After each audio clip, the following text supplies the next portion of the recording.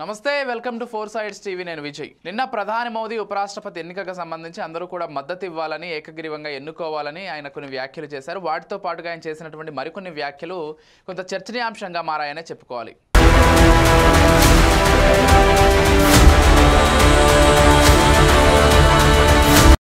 దేశ విభజనకు సంబంధించి కావచ్చు సింధు నది జలాలకు సంబంధించి కావచ్చు ఆ రోజుల్లో నెహ్రూ తీసుకున్నటువంటి నిర్ణయాల వల్ల ఏ విధంగా దేశం నష్టపోయింది ఈ అంశాలకు సంబంధించి ప్రధానంగా మోదీ ఫోకస్ చేసి నిన్న మాట్లాడారు అసలు ఆయన ఏం మాట్లాడారు ఏంటి అనేది ఒక్కసారి మనం చూసినట్లయితే ప్రధానంగా ఆయన చేసినటువంటి కామెంట్స్ ఏంటంటే నెహ్రూ తన స్వప్రయోజనాల కోసం అంటే ఆయన మెప్పు కోసం లేకపోతే ఆయన దేశంలో కావచ్చు లేకపోతే ప్రపంచంలో కావచ్చు కీర్తించాలనేటువంటి ఉద్దేశంతో ఆయన కొన్ని తప్పుడు నిర్ణయాలు తీసుకున్నారు అవి దేశానికి దేశ రైతాంగానికి తీరనటువంటి అన్యాయం చేశాయంటూ కూడా మోదీ కామెంట్స్ చేయడం జరిగింది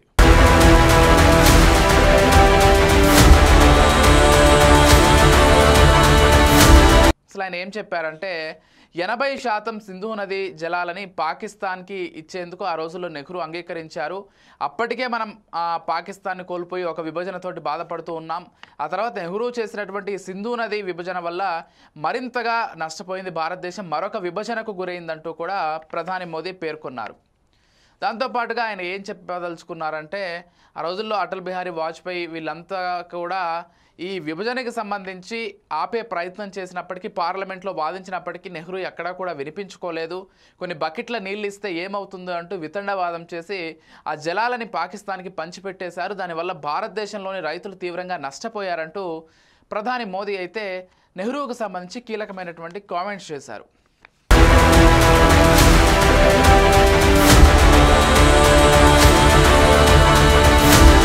అసలు ఈ చర్చ అంతా ఎందుకు ఇప్పుడు వచ్చిందంటే మనందరికీ తెలిసిందే ఆపరేషన్ సింధూర్ తర్వాత అంటే ఏదైతే భారతీయులపైన కొంతమంది ఉగ్రమూకలు దాడి చేసి కేవలం ఒక మతాన్ని టార్గెట్గా చేసి ఏ విధంగా చంపేశారో మనందరికీ తెలిసిందే అయితే ఆ తర్వాత ఆపరేషన్ సింధూర్ జరగడం ఈ నేపథ్యంలోనే భారత్ పాక్ మధ్య కొంత యుద్ధ వాతావరణం రావడం రెండు దేశాలు కొంత యుద్ధంలోకి కూడా దిగడం ఇదంతా కూడా మనకు తెలిసిందే అయితే పాక్ని ఎలాగైనా దెబ్బ కొట్టాలనేటువంటి ఉద్దేశంలో ఉన్నటువంటి భారత్ సింధు నది జలాలు ఎక్కువగా భారత్ నుంచి ప్రవహిస్తున్నాయి కాబట్టి మనల్ని కాదని వాళ్ళు ఎలా వినియోగించుకుంటున్నారు కాబట్టి సింధు నది జలాలను ఎలాగైనా సరే అపాయాలనేటువంటి ఉద్దేశంతో సింధు నది ఒప్పందం అప్పట్లో ఏదైతే నెహ్రూ చేసుకున్నాడో దాన్ని రద్దు చేస్తూ ఒక నిర్ణయం తీసుకుంది దాంతోపాటుగా సింధు నది జలాలు పాకిస్తాన్కి వెళ్లకుండా ఇక్కడ మనం భారీ ఆనకట్టలు నిర్మించుకొని మన దేశంలోని ఇతర ప్రాంతాలకు ఆ నీటిని మళ్లించి గుజరాత్లో కావచ్చు ఈ ప్రాంతాల్లో కావచ్చు నీటిని మళ్లించి అక్కడ ఉన్నటువంటి రైతాంగానికి ఉపయోగపడే విధంగా సింధు నది జలాలను ఉపయోగించుకోవాలని భారతదేశం అయితే ఒక ప్రయత్నం అయితే బలంగా చేసిందనే చెప్పుకోవాలి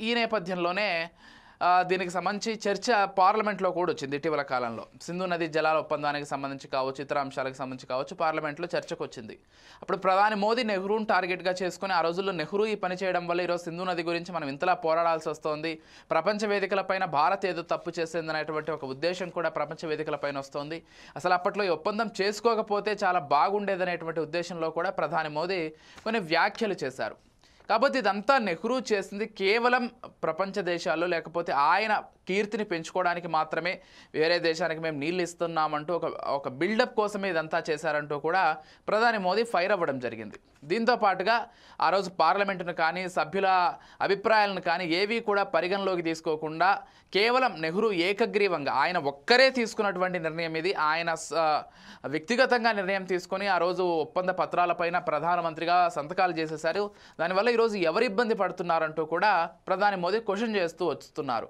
ఈరోజు భారతీయులు కదా ఇబ్బంది పడేది భారతీయులు రైతాంగం ఇబ్బంది పడుతోంది సింధు నదీ జలాలను వినియోగించుకోలేక మొత్తం కూడా పాకిస్తాన్కు పంపిస్తూ ఇక్కడ రైతుల పొలాలు ఎండిపోతుంటే ఆ నది ప్రవహిస్తున్నప్పటికీ ఆ నీటిని వినియోగించుకోలేనటువంటి ఒక దుస్థితి ఇక్కడ రైతులకు నెలకొంది అంటూ కూడా ప్రధాని మోదీ ఫైర్ అవుతూ వస్తున్నారు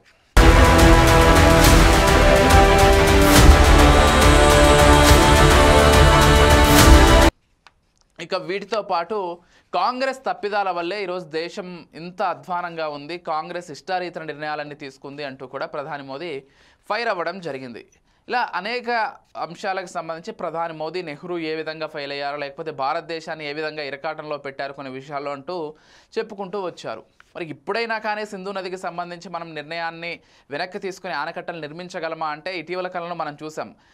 పాక్ ఆర్మీ చీఫ్ ఎవరైతే ఉన్నారో అతను మాట్లాడుతూ ఒకవేళ భారతదేశం సింధు నది పైన ఆనకట్టలు నిర్మిస్తే వాటిని మిసైళ్లతో పేల్చేస్తాం 10 మిసైళ్లతో అంటూ కొన్ని వ్యాఖ్యలు కూడా చేశారు. అది ఎంత తీవ్రంగా పరిగణించాలో మనం అందరం అర్థం చేసుకోవాలి. ఎందుకంటే ఈ నదీ ఒప్పందానికి సంబంధించి నదీ జలాల ఒప్పందానికి సంబంధించి రద్దు చేసుకుంటే భారతదేశం ఇష్టం. ఆ నీటిని మరి పాకిస్తాన్కి పూర్తిగా పంపించాలా లేకపోతే కొంత వాటా ఇవ్వాలా, ఇదంతా కూడా భారతదేశం చేతిలో ఉంటుంది. అలాంటిది మన దేశంలో అత్యధికంగా ప్రవహించేటువంటి ఈ నదికి సంబంధించి పాకిస్తాన్ ఈ విధంగా కామెంట్ చేయడాన్ని ఏ విధంగా చూడాలనేది ప్రస్తుతం ప్రపంచ వేదికలపైన కూడా చర్చనీయాంశంగా మారింది. దీని వెనుక అమెరికా ఉందనేటువంటి చర్చ కూడా లేకపోలేదు.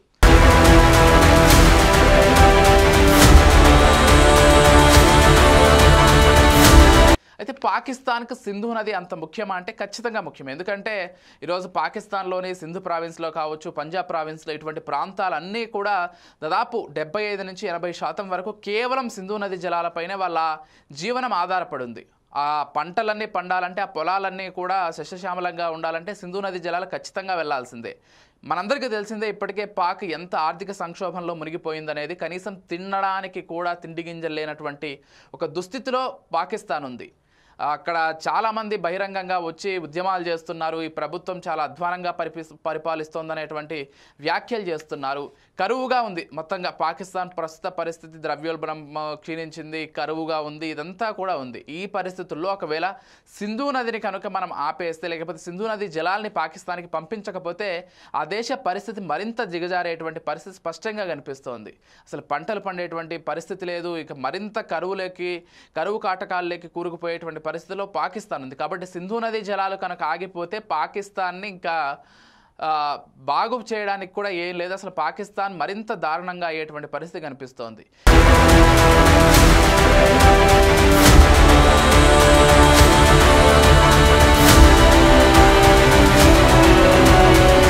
ఇవన్నీ ఉండగా మరోవైపు బలూచిస్తాన్ సమస్య వాళ్ళను వెంటాడుతోంది. బలూచిస్తాన్లో వాళ్ళే ప్రత్యేకంగా ఆర్మీని ఏర్పాటు చేసుకోవడం, వాళ్ళ దేశాన్ని జెండాని తయారు చేసుకోవడం, పాకిస్తాన్కి మాకు సంబంధం లేదని ఎప్పటికీ చెప్పేయడం, ఇదంతా కూడా మనం చూస్తున్నాం. వాళ్ళు కూడా ఒకవైపు భారత్ సాయం కోసం అర్థిస్తున్నారు. ఈ విధంగా పాకిస్తాన్కి అసలు ఎటువైపు చూసినా కానీ పూర్తిగా ఇబ్బందికర పరిస్థితులే కనిపిస్తున్నాయి. ఈ నేపథ్యంలో ఒకవేళ మోదీ కనుక సింధు నదీ జలాల ఒప్పందానికి సంబంధించి రద్దు చేసి పూర్తిగా ఆనకట్టలు నిర్మిస్తే కనుక పాకిస్తాన్ పరిస్థితి ఇక పెన్నం మీద నుంచి పొయ్యిలో పడ్డట్టుగానే భావించాల్సి ఉంటుంది. ఈరోజు కనీసం ఒక పాల ప్యాకెట్ కొనడానికి లేకపోతే గుడ్లు కొనడానికి కూడా అక్కడ ప్రజలకు ఆర్థిక స్తోమత లేకుండా పోయిందంటే పాకిస్తాన్ ఎంత అధ్వానంగా ఉందో అర్థం చేసుకోవచ్చు. అలాంటిది అక్కడ మేజర్గా పంటలు పండడానికి కావాల్సినటువంటి సింధు నది జలాలు కనుక వెళ్ళకపోతే పాకిస్తాన్ పరిస్థితి ఎలా ఉంటుందో వాళ్ళ ఊహకే వదిలేస్తున్నామనే చెప్పుకోవాలి. ఇది మొత్తంగా జరుగుతున్నటువంటి పరిస్థితి. మొత్తంగా ఆ రోజుల్లో నెహ్రూ తీసుకున్నటువంటి తప్పుడు నిర్ణయాల వల్లే ఈరోజు భారతదేశం ఇంతలా సఫర్ అవుతోంది, పాకిస్తాన్ ఇంతలా విర్రవీగుతోందనేది ప్రధాని మోదీ వ్యాఖ్యలుగా అర్థం చేసుకోవాల్సి ఉంటుంది. Keep watching 4 Sides TV.